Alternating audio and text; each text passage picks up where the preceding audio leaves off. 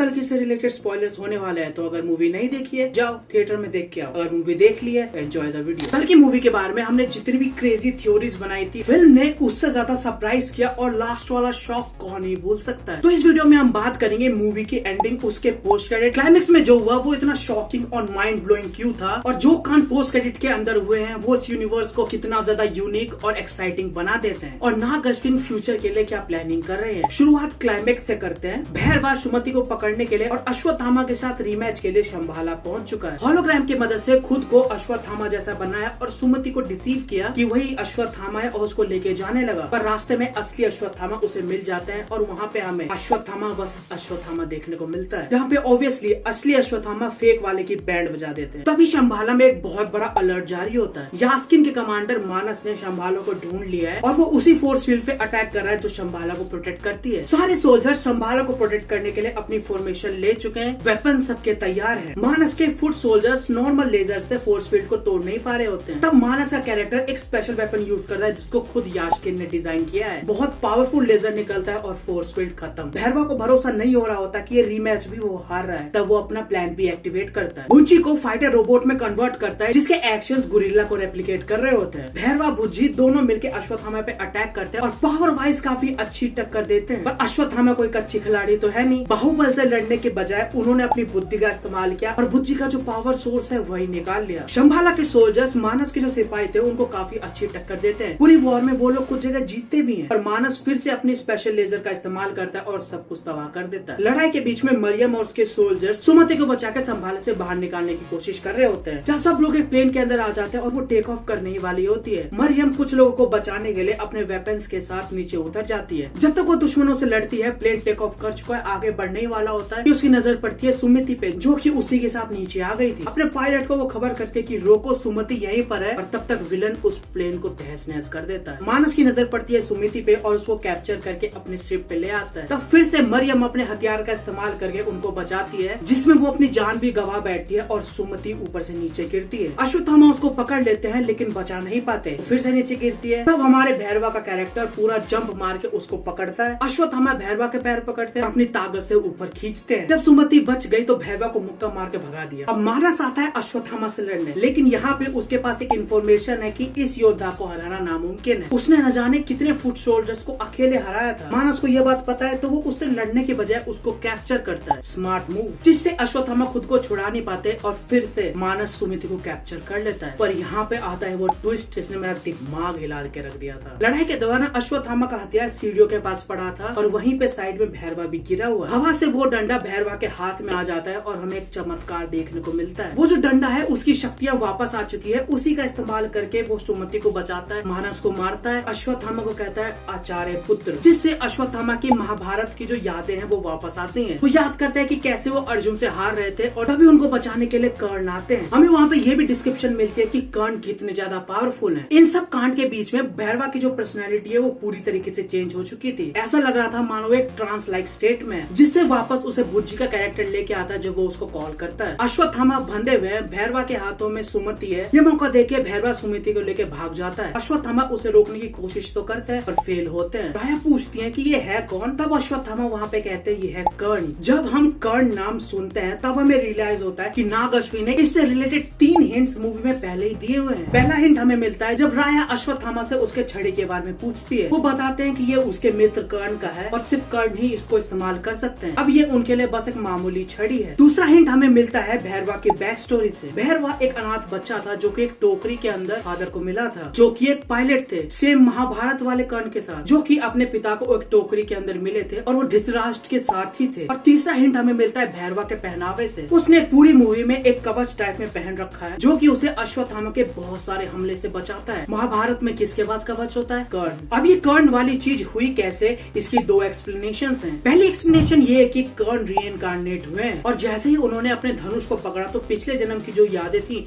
उन्हें वापस आ गई। दूसरी एक्सप्लेनेशन ये है कि भैरवा कर्ण का ही एक वंशज है, इसलिए जैसे ही उसने धनुष को पकड़ा तो उसके अंदर जो कर्ण के डीएनए थे वो एक्टिवेट हो गए, जिससे उसने तुरंत अश्वत्थामा को पहचान लिया। वो वहाँ क्या कर रहे हैं उसको जाना, उनकी मदद की और सुमति को बचाया। पर सिर्फ ये 2 एक्सप्लेनेशन क्यों? क्योंकि हम जानते हैं कि किसी भी नॉर्मल आदमी या मशीन का एक दिव्य अस्त्र को छूना नामुमकिन है। फिल्म में हमें पहले दिखाया जाता है कि गांडीव को पकड़ने की मशीन और जो यास्किन के लोग हैं वो कोशिश तो करते हैं पर पकड़ नहीं पाते। अब बात करते हैं पोस्ट क्रेडिट की। पोस्ट क्रेडिट को अच्छे से समझने के लिए हमें यास्किन के कैरेक्टर को जानना होगा, वो क्या और कैसे कर रहा है। यास्किन के इंट्रोडक्शन के बाद हमें पता चलता है कि वो लगभग 200 साल के हो चुके हैं। जब एक कैरेक्टर उनको जहर देके मारने की कोशिश भी करता है, वहाँ पे यास्किन खुद बताता है कि उसने मौत को बहुत पहले ही हरा दिया था। अपने इस पावर के लिए, खुद को जिंदा बचाए रखने के लिए वो एक सीरम का इस्तेमाल करता है। ये सीरम भी पोस्ट क्रेडिट के अंदर बहुत बड़ा रोल प्ले कर रही है। यास्किन और उसके साइंटिस्ट एक सीड लेते हैं जो फीमेल प्रेग्नेंट हो सकती है, उसके अंदर प्लांट करते हैं। पर ये सीड इतना ज्यादा पावरफुल है कि कोई भी महिला इसे 90 दिन से ज्यादा कैरी नहीं कर सकती। इसीलिए 90 दिन के आसपास उनको एक स्पेशल चेम्बर में डाला जाता है जिससे वो फीटस को एक सीरम में कन्वर्ट करते हैं और वही सीरम यास्किन खुद के अंदर इंजेक्ट करता है जिससे उसे अपनी पावर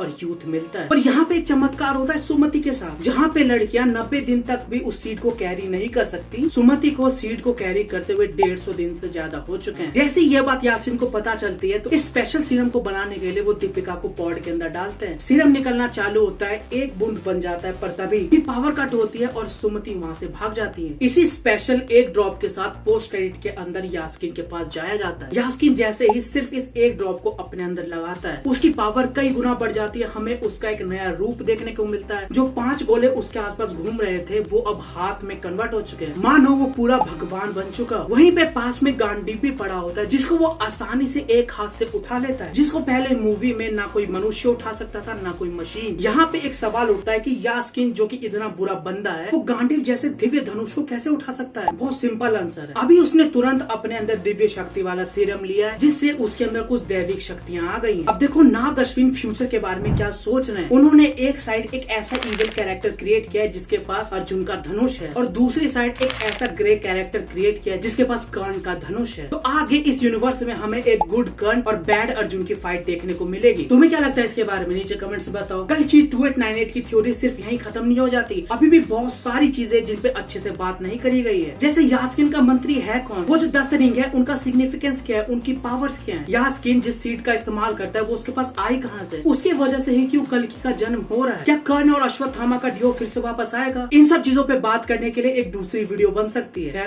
अगर तुम्हें ये वीडियो पसंद आए तो इसको लाइक करो, अपने दोस्तों का शेयर कर देना और अगर चैनल पे नए हो सब्सक्राइब।